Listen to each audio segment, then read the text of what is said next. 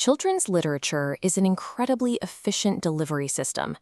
It takes highly complex ideas about human behavior and packages them into simple, digestible narratives.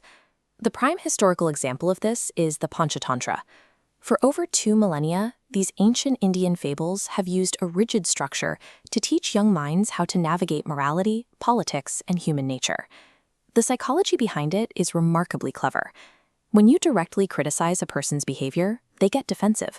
But by using animal proxies, a greedy wolf or a foolish monkey, the audience can observe mistakes and internalize the moral lesson without feeling attacked.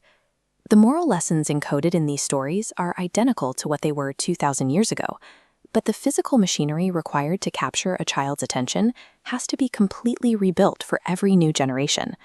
By the early 2000s, holding that attention meant adapting the stories for modern television. That effort became Panchantantram, a sprawling 2003 broadcast series.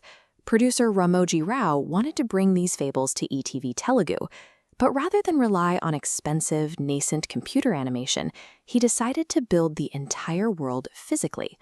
To pull off this scale, the production gathered master rod, string, and glove puppeteers from regions all across India, converging them onto a single set. Every physical movement had to be meticulously synchronized in real time. Because the show was dubbed into multiple regional languages, a massive cast of voice actors had to perfectly match the rhythmic hand gestures and head tilts performed live by the puppeteers. Creating a multi-character animated story required a warehouse-sized studio, highly specialized crews, and immense capital.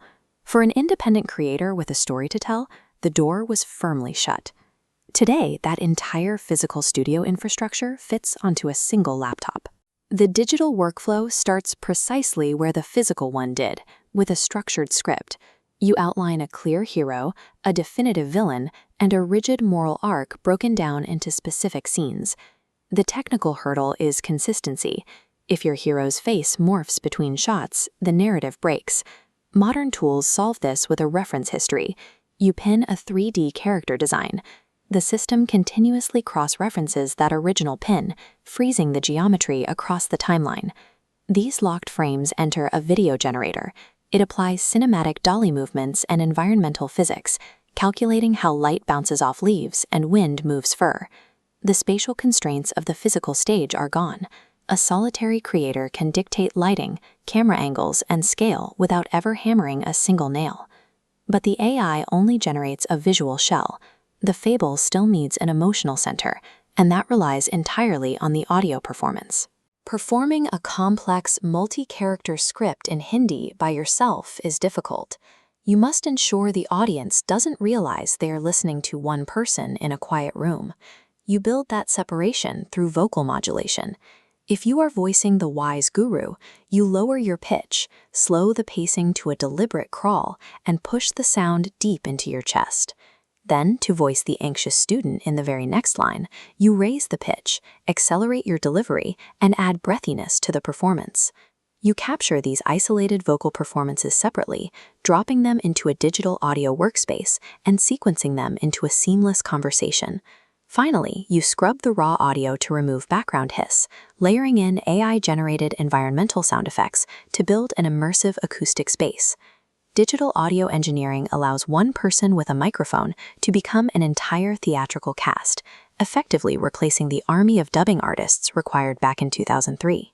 When you merge the structured script, the locked AI visuals, and the layered vocal performances, you yield a fully rendered 3D animated fable.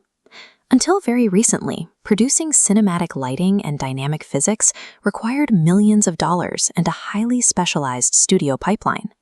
Now, the hand-carved string puppets of Rajasthan have a direct evolutionary descendant in immediate desktop AI tools.